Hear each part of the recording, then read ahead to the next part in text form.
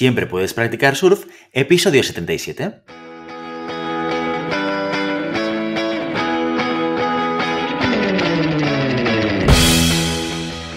Bienvenido y bienvenida a Siempre puedes practicar surf, el podcast diario sobre recursos humanos. Este podcast está pensado para profesionales de recursos humanos, gerentes o jefes de equipo, y podrás encontrar técnicas, consejos, ideas, conceptos y noticias sobre la gestión de personas. Eso sí, con un enfoque práctico y aplicable. Hoy, episodio 77 del lunes 13 de septiembre del 2021, programa en el que tenemos el placer de contar con un invitado muy especial. Pero antes, dejadme que os recuerde que podéis encontrar más contenido en nuestro blog e información sobre nuestros servicios en nuestra web globalhumancon.com. Desde allí os podréis apuntar a nuestro newsletter para no perderos nuestros webinars, streamings y todo el contenido y actividades que organizamos desde la consultoría Global Human Consultants. Nuestro invitado es ingeniero industrial de formación y ha dedicado su carrera profesional a desarrollar la función de director ejecutivo, tanto como director general como director de personas, en compañías como PMS International o Danone, donde ha estado más de 20 años, y actualmente en PNHG como director de personas y organización. Además, tengo que decir que siento una especial conexión con el invitado de hoy, ya que ambos hemos desarrollado parte de nuestra experiencia profesional en África. Y eso es algo que, de poco usual, une a cualquiera sin lugar a dudas. Hoy, en Siempre puedes practicar surf, tenemos el placer de contar con Xavier Iñán para hablar sobre la gestión de personas a nivel internacional. Empezamos. Xavier Iñán, muy buenos días y bienvenido. Buenos días, Guillermo. ¿Qué tal? Muy bien, encantado de tenerte. Ya te lo he dicho antes de grabar. Oye, episodio primero de la temporada número 4. No podemos empezar con mejor pie que contigo, ¿eh? Efectivamente. Bueno, el listón queda, digamos que hay que ponerlo bien alto para los que vengan después. Ahora me lo pones difícil para ver cómo yo presento a los siguientes invitados, ¿eh? Bueno, o sea, esto... Cuarta temporada, hay muchos que lo han hecho antes que yo, con lo cual también lo tengo difícil. Bueno, yo estoy seguro que vamos a estar al nivel, sin lugar a dudas. Que Oye, sí. la primera pregunta que yo creo que tiene que ser obligada y que me hice en cuanto empecé a indagar, porque tú y yo nos conocemos desde hace tiempo, ¿eh? El primer contacto que tuvimos fue hace ya algunos años. Pero nunca me había dado cuenta que tú eres ingeniero de formación. Y la primera pregunta que me vino a la cabeza cuando lo vi fue, ¿qué hace un ingeniero en recursos humanos? Muy buena pregunta, muy buena pregunta. Yo también me la hago algunas veces. Digamos, si yo explicara por qué aterricé en la Escuela de Ingenieros, pues parecería un chiste. Yo lo hice en el año 82. Me paseaba por la diagonal, había aprobado la selectividad y era la única escuela donde no había cola para matricularse. Yo tenía un bagaje más bien, matemático y físico, con lo cual era más bien ciencias lo que me interesaba, pero como las otras escuelas que podían ser una opción había cola, pues no fui y me fui a la que no había cola. Simplemente esto, es decir, una decisión totalmente pragmática. Digamos que no me arrepiento de lo que escogí y básicamente fue el hecho de, en la escuela te enseñan a estructurar mucho las cosas y yo llego a recursos humanos, no digo de casualidad, sino que en Danone la parte de organización está en recursos humanos. No está en sistemas, sino que está en recursos humanos porque se considera que al final una organización la hacen buena o mala las personas. Es decir, podemos hacer un prototipo de organización perfecto sobre el papel, pero lo hará bueno, malo, mejor o peor las personas que están en ese equipo, las personas que han entendido lo que hay que hacer y que al final lo llevan a cabo. Y entonces de ahí llegó el hecho de dedicarme a la organización y a las personas, profundizar y autoconvencerme de que al final la gran diferencia entre una compañía y otra es el recurso humano, porque si miro en Danone, los que determinaban la potencia de las marcas eran los equipos de marketing, los que eran capaces de producir un buen yogur eran los de producción, los que eran capaces de encontrar los mejores ingredientes y materias primas eran los de compras, etcétera, etcétera. Al final siempre acabamos en el mismo sitio, las personas. No, sin lugar a dudas. Mira, pues eso también lo tenemos en común. Yo lo que pasa es que vengo del mundo de la psicología, pero yo tuve la suerte también de recaer en una compañía en la cual el área de organización estaba en recursos humanos.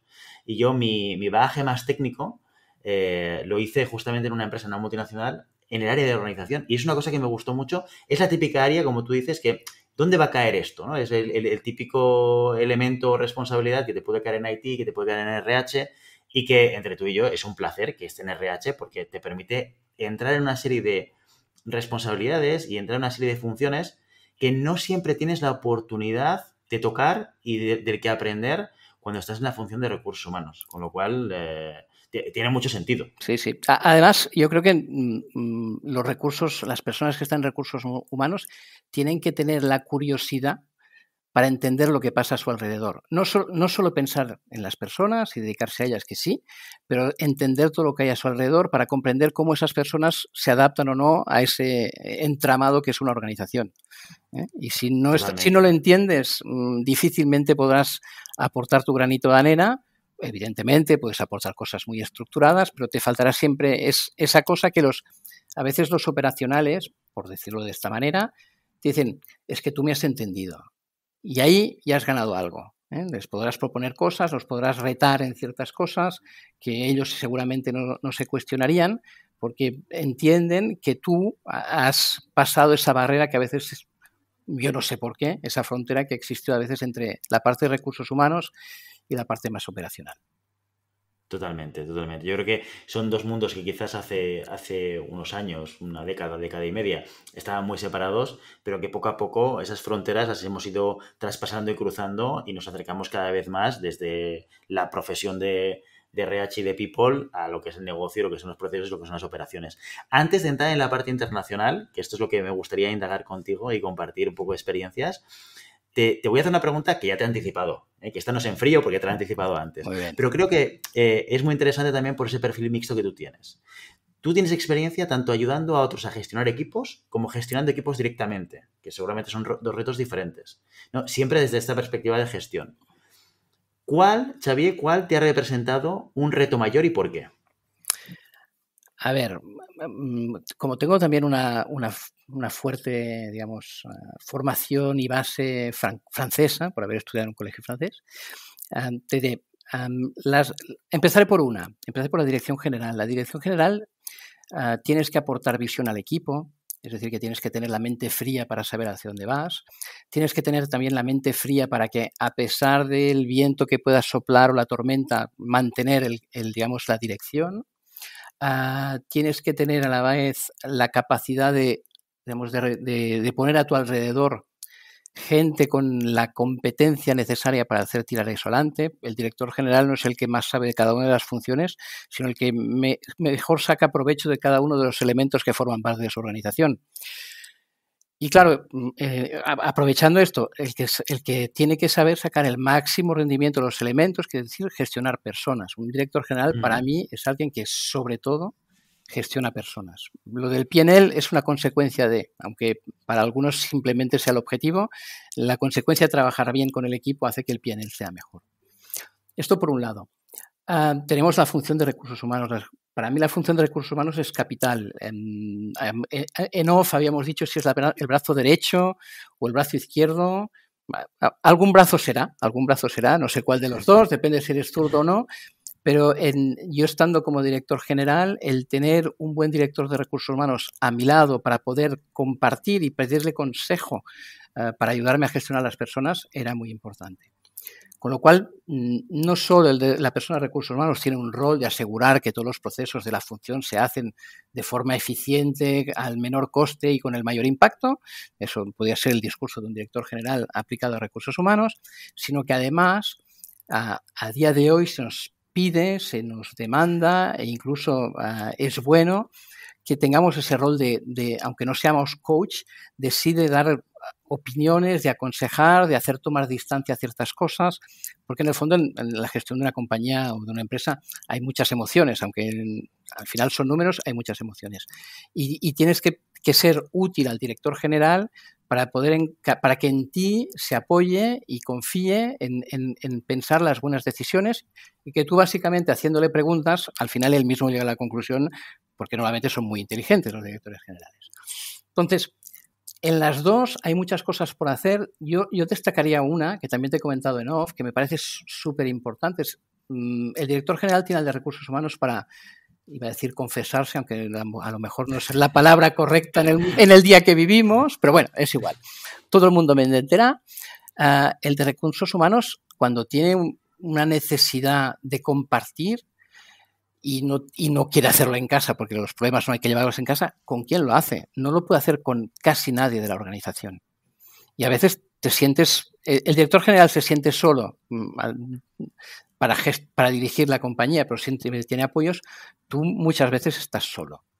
Y esa soledad hay que llevarla bien, hay que tener pues digamos, la cabeza bien puesta, el corazón también, porque lo queramos o no, en las organizaciones tenemos gente que es más o menos afín y que al final, por lo que sea, tendrás que tomar decisiones más o menos duras y tienes que estar al margen de esto. Con lo cual es una función, esa función de poder explicarle a alguien o esa posibilidad de explicarle a alguien, yo a veces la he necesitado y como te decía, a día de hoy, antes no se hacía tanto, o si se hacía yo no lo sabía, pero el hecho de que haya foros de recursos humanos, que todos tengamos las mismas, digamos, inquietudes, aunque tengamos problemas distintos, si encuentras ahí, digamos, el núcleo con el cual compartir, puede ser de ayuda. Con lo cual, muchas cosas de las que haces, Guillermo, de ponernos a todos juntos, en el fondo es como una válvula de escape, que nos permite salir de nuestro día a día y, bueno, pues compartir ciertas vivencias o ciertas situaciones que en el fondo te permiten desahogarte, entre comillas, y a veces con la ayuda de los demás también tirar para adelante. Con lo cual, no, totalmente, y muy importante, ¿eh? Yo creo que además es un proceso, este marrón, porque es un marroncillo, o un marroncete, depende del tamaño, pero este elemento es un elemento del cual vas aprendiendo que forma parte de tu rol en la medida en la cual vas creciendo dentro de la función de recursos humanos. Es cierto que esto no te pasa tanto cuando empiezas, cuando eres un técnico de recursos humanos, ¿no? Porque no tienes ese nivel de responsabilidad, de representar a la compañía, de estar tan cerca del proceso de decisión o de la toma de decisiones y de tener también, de alguna manera, que ser capaz de transmitir una serie de cosas y de ejecutar una serie de cosas con las cuales a veces estás de acuerdo y con las cuales a veces no estás de acuerdo. Y no te puedes permitir el lujo de hacer transparente y de transmitir tu desacuerdo con la compañía. O sea, como buen profesional de recursos humanos, si estás en desacuerdo con muchas cosas de la compañía, lo que haces es marcharte de la empresa porque no estás a gusto, porque las decisiones que se toman no están alineadas con tus valores, tu propósito, con lo que haga falta. Pero evidentemente nunca vas a estar siempre de acuerdo con todo lo que sucede en la empresa, ¿no? Porque se toman decisiones desde diferentes perspectivas y tu profesionalidad tiene que quedar al nivel de ser capaz de poder defender en todo momento con profesionalidad a la compañía, etcétera, y eso te genera una situación de soledad, pero que vas aprendiendo o a la que vas llegando con el tiempo también. O sea, esto, el primer año, segundo año, tercer año de carrera profesional en recursos humanos, esto no lo vas a vivir o no con la misma intensidad, ¿no? A lo mejor lo vives a través de tu jefe que ves cómo sufre, pero no a través de tu responsabilidad. Oye, tu experiencia internacional es súper interesante. Has estado en Francia, has estado evidentemente en España, en Argelia, donde tenemos aquí también experiencias comunes, en Túnez. Oye, ¿qué es lo más difícil cuando tienes que liderar personas de culturas tan diferentes? Digamos que lo más difícil es, el problema no lo tienen ellos, lo tienes tú. Y es tú entender que el raro ahí eres tú. Y que el que tiene que hacer un esfuerzo, porque normalmente cuando vas expatriado vas en general de jefe, digamos que tienes que tener la humildad de entender o intentar entender cómo funcionan todas estas personas, cómo es esa cultura y cómo puedes sacar el máximo partido porque no reaccionen ante los mismos estímulos. Digamos, en las diferentes culturas valoran de forma distinta distintas cosas. Hay gente que cojo el caso de los países musulmanes, la religión es el elemento importante. No digo que no lo sea en la cultura que vivimos nosotros, pero en el mundo profesional se habla poco. Yo puedo hablar de la experiencia de la fábrica que tenía en el centro de Argelia, donde tenía una mezquita en la fábrica. Con lo cual, si yo ponía una mezquita, tenía que respetar que a las horas de oración la gente fuera a hacer su oración. Si no quería que fuesen a hacer la oración, no tenía que tener mezquita. Claro, una vez la tienes construida, no la puedes quitar.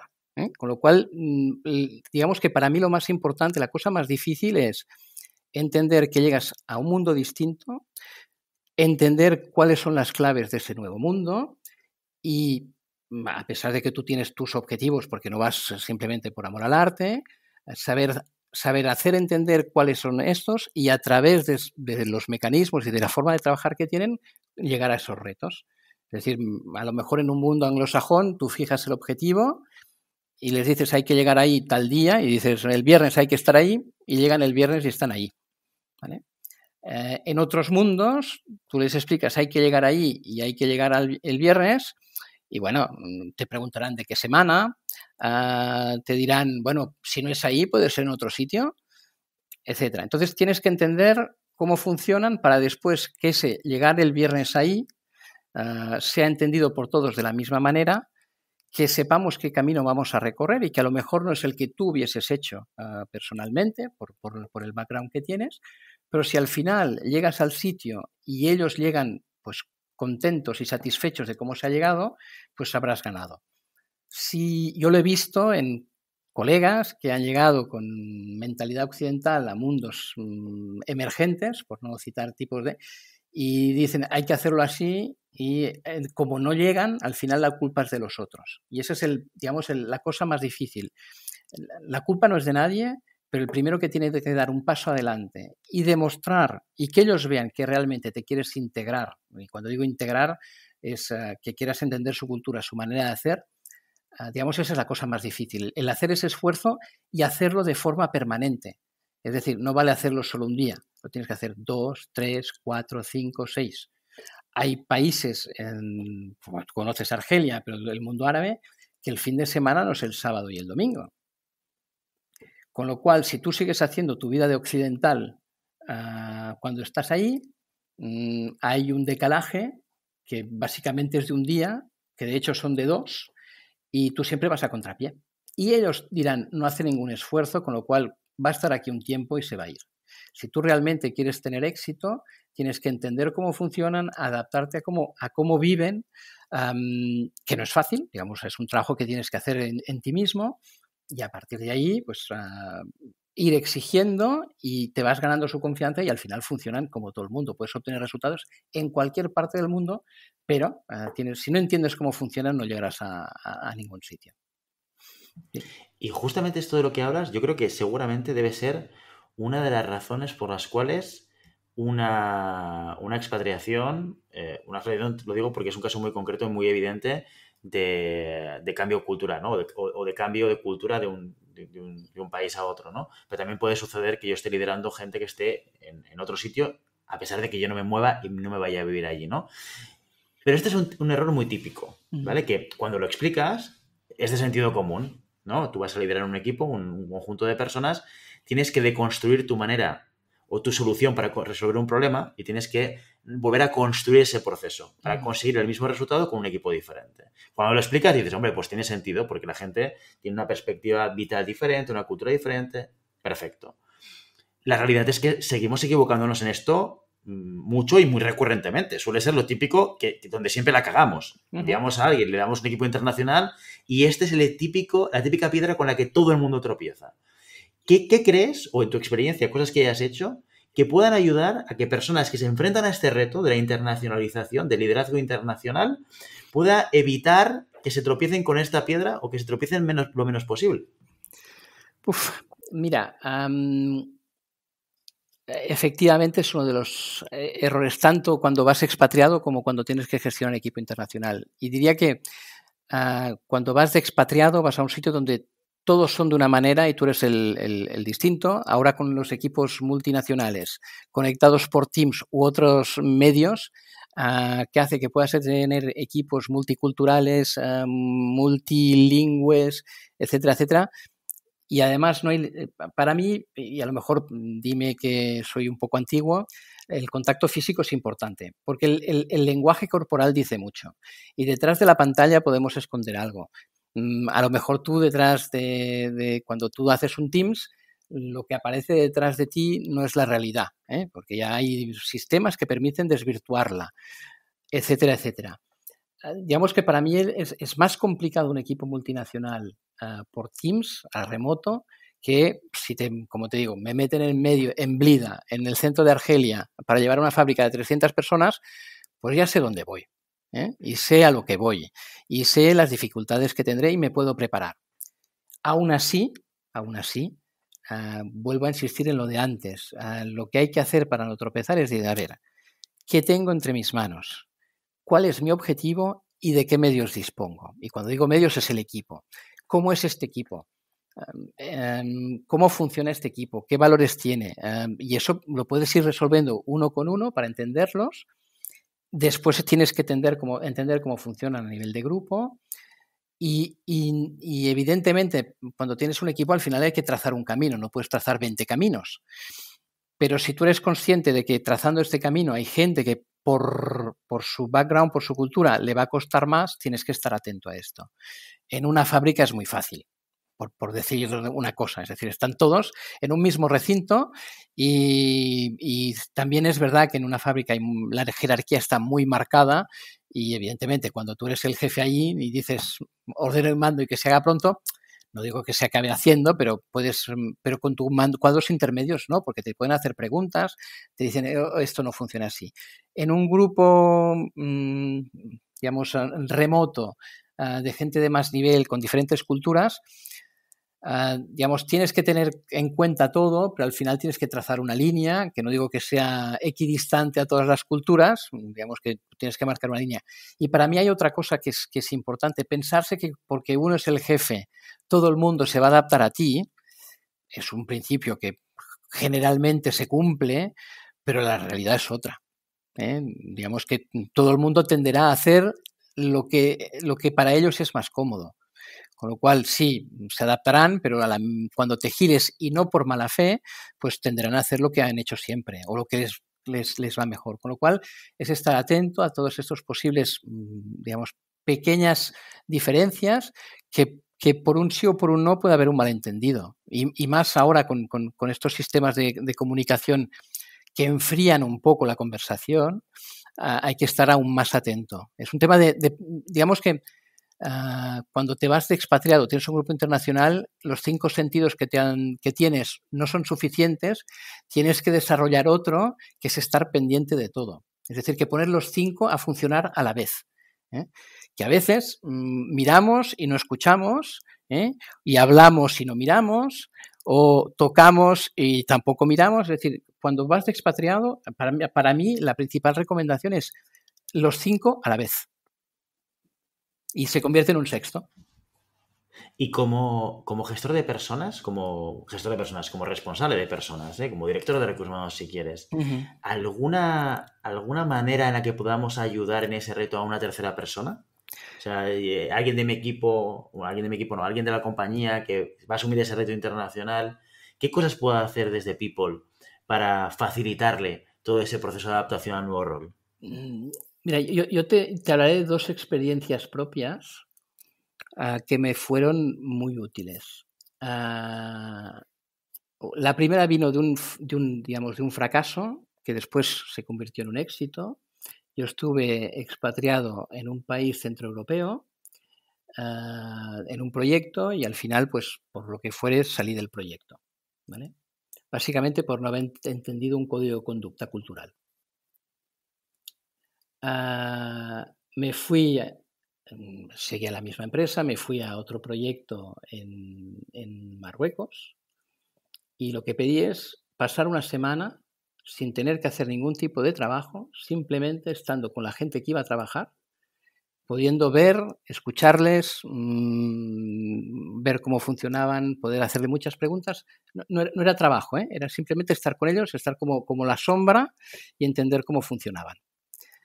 Tuve la suerte que me permitieron hacerlo, ¿vale? Pero claro, yo venía escamado del otro proyecto. Otra cosa que es más a nivel personal, la primera vez que fui expatriado a París, la primera vez que me moví con la familia, con mi mujer y mi hijo mayor, mi mujer le habían dado clases de francés, lo típico, 120 horas, que da para simplemente decir buenos días y buenas tardes, para simplificarlo. que está muy bien, es necesario, pero no es suficiente.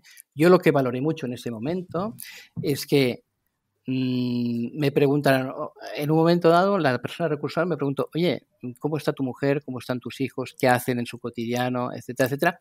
Yo con la vorágine del trabajo seguramente me preocupaba poco. Empecé a pensar, hablé con la familia y no estaban a gusto. Y una cosa que tenemos que hacer desde recursos humanos es estar seguros que la persona está a gusto. Y la persona está a gusto si el entorno que tiene, que viene con él, es distinto cuando te vas tú solo, pero si el entorno no está bien, al final la expatriación será un fracaso. A lo mejor no profesionalmente, pero sí a nivel personal. Y no digo con esto que no se tengan que expatriar con la familia, ni todo lo contrario. Es simplemente un tema de que tú en el trabajo, cuando empiezas la expatriación, no tienes tiempo tienes que entender y integrar muchas cosas. Y a lo mejor piensas que como ellos están en casa, la casa es bonita y tal, todo va bien, y no siempre va bien. Con lo cual hay que tener, cuando a alguien le mandas en expatriación, uno, prepararlo. A mí cada vez que me he ido a países he recibido una formación intercultural que diría que está muy bien, es el primer paso, pero no es suficiente, tienes que vivir allá. Si hablan una lengua distinta, aprender la lengua de ahí, aunque sea lo básico, no hace falta escribir ningún romance, simplemente ser capaz de entender alguna frase. Si se convierte en la lengua de trabajo, pues se convertirá en la lengua de trabajo, pero eso hay que hacerlo, y tener en cuenta que no vas solo y que los que de RH tienen que saber que esa persona no va sola. Ya sé que es un poco peliagudo porque es meterse en la vida personal de las personas, pero si lo haces con tacto, puedes saber muchas cosas y puedes ayudar. De hecho, es curioso porque esto hace ya un par de años que me invitaron a una ponencia en EADA para hablar de expatriaciones, entonces me la preparé y tal, y estuve indagando sobre estadísticas sobre fracasos de expatriaciones. Muy poca literatura hay de esto, sí. Por lo menos cuando yo me puse a investigar, y encontré un estudio que jerarquizaba las principales razones por las cuales una expatriación se convertía en un fracaso. Hay un elemento importante, y ahora claro te lo estoy diciendo de memoria, porque no lo tengo delante, pero había un elemento importante que era la geografía. Este estudio analizaba expatriaciones en Estados Unidos y Japón, que son los dos primeros países que han movido gente, ¿vale? Por delante de Europa, ¿vale? Y luego también Europa, ¿vale? Pero a sabiendas de que la experiencia de Estados Unidos a nivel de madurez de movilidad de personas y de Japón era muchísimo superior a la de Europa, ¿vale? Evidentemente, en función de la geografía, la jerarquización de las razones cambiaba, ¿sí? Pero aquí el elemento que quería compartir contigo es que en Europa, tanto en Europa como en Estados Unidos, la primera o la segunda razón era la falta de adaptación de la familia. O sea, que hiperalineado con lo que tú dices. Y yo creo que, claro, yo empatizo muchísimo con lo que cuentas porque me ha tocado vivir esa propia experiencia. Cuando a ti te expatrian con la familia, sabes lo que quiere decir exactamente la importancia y la adaptación de la familia. Que cuando yo estaba en recursos humanos, en Central, en Barcelona, expatriando gente a su familia, yo me preguntaba, ¿y para qué me tengo que preocupar por la mujer o el marido de esta persona, ¿no? Cuando no me preocupo ni del marido, ni de la pareja, ni de la mujer, ni de lo que haga falta, de la gente que está en Barcelona. Entonces, para mí era un tema casi de equidad, ¿eh? O sea, si no me preocupo por los de Barcelona, ¿por qué me preocupo del que está en Argelia? Y luego lo entendí. Lo entendí. Son situaciones completamente diferentes, son situaciones que van muy relacionadas con un elemento que tiene que ver con la carrera profesional y la movilidad de esta persona por su profesión y por la empresa, y por tanto, nosotros como personas preocupadas en RH o en recursos humanos o en people, en la compañía, tenemos que por lo menos dar un punto de apoyo. Sí. O sea, no te digo que nos tenemos que meter en los problemas de los demás. Oye, ¿qué tal con tu pareja? ¿Va bien tu relación con tu mujer y con tu marido? No es esto. Pero sí que evidentemente, oye, ¿necesitas alguna ayuda? ¿Necesitas alguna cosa? ¿Hay algún elemento dentro de lo que puede hacer la empresa que te pueda ayudar y facilitar a que tu familia se adapte lo mejor posible, lo antes posible? Estas conversaciones no lo tienes con alguien que incorporas en Barcelona. No. Pero sí que lo tienes que tener con gente que mueves a otro país. Efectivamente. Además, hay otra cosa. Digamos que el mundo de la expatriación yo fui, la primera expatriación la tuve en el año 2000, ¿vale? Con lo cual hace 21 años. Hace 21 años la única concepción de expatriación es te vas con la familia, etcétera, etcétera.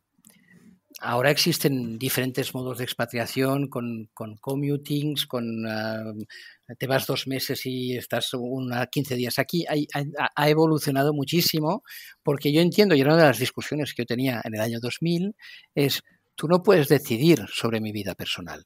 Si yo quiero irme solo, ¿vale? Porque creo que será mejor para mi familia, porque no les voy a poner en una situación difícil y yo tengo la posibilidad de volver X veces y estar con ellos, habrá sido mi decisión. Si tú me obligas a viajar con la familia, ya no es mi decisión, es tu decisión, y entonces también te cuesta más vender la historia a la familia, ¿vale? Yo creo que en eso también se ha avanzado mucho.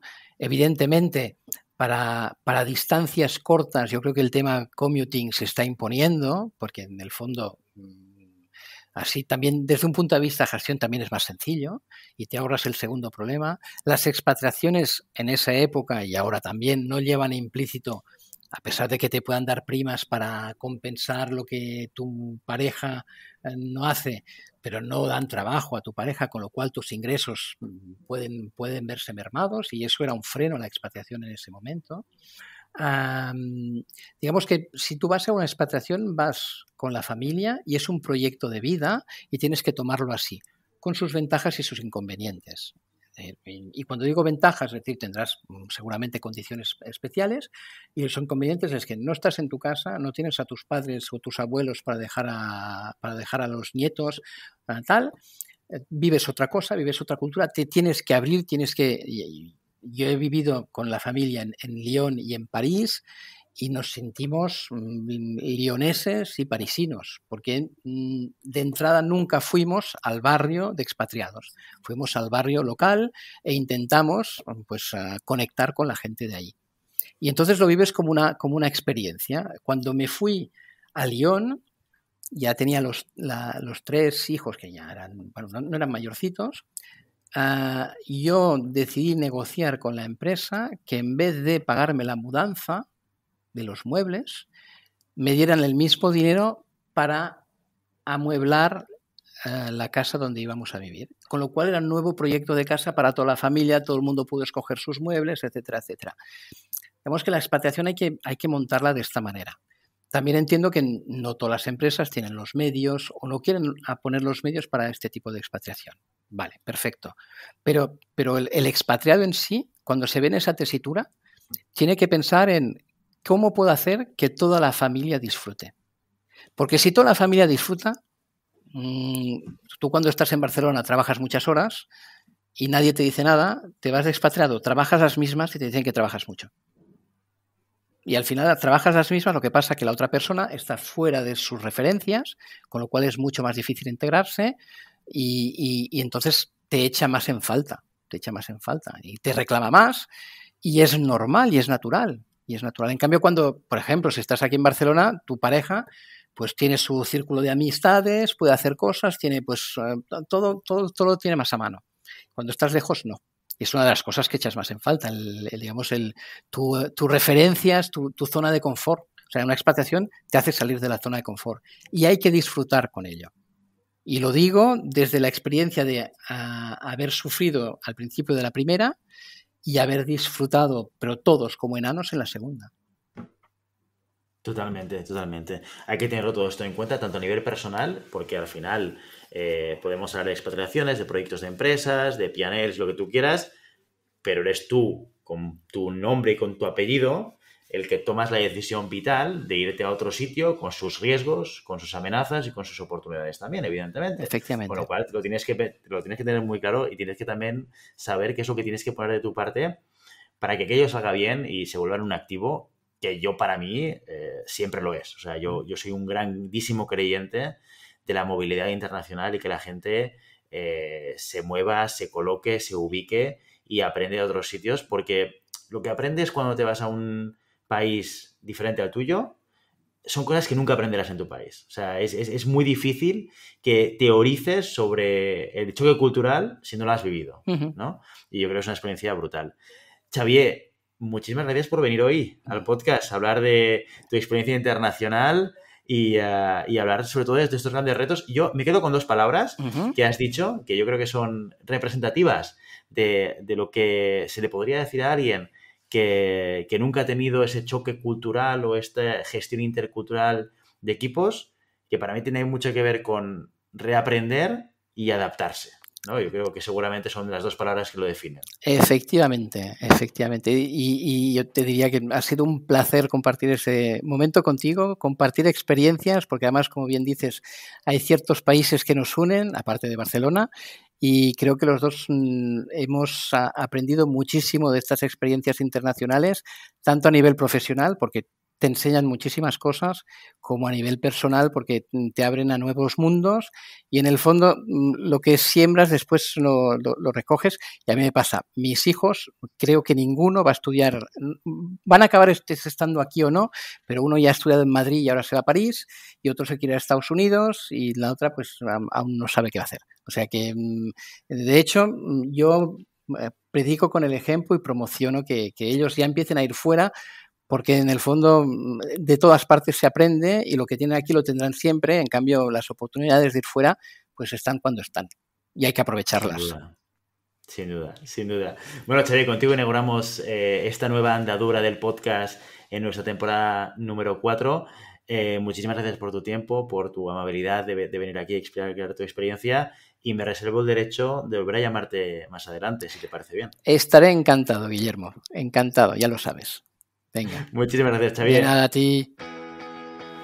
Y ya sabes, no puedes detener las olas, pero siempre puedes practicar surf. Y hasta aquí nuestro episodio de hoy. Como siempre, os invitamos a que os pongáis en contacto con nosotros, nos deis vuestra opinión y nos sugeráis si tenéis algún tema o alguna pregunta concreta. Lo podéis hacer a través de la página de contacto en globalhumancon/contáctanos o a través de las redes sociales, Facebook, Instagram, Twitter o LinkedIn. Y si el contenido de este podcast te gusta, no te olvides de suscribirte, darnos 5 estrellas en iTunes y me gusta tanto en iVoox como en Spotify. Igualmente recuerda que puedes encontrar más contenidos, noticias y recursos en nuestra web globalhumancon.com. Muchas gracias por todo, por tu tiempo, por tu atención y por tu interés en estos temas sobre gestión de personas. Nos escuchamos mañana martes con las noticias de la semana.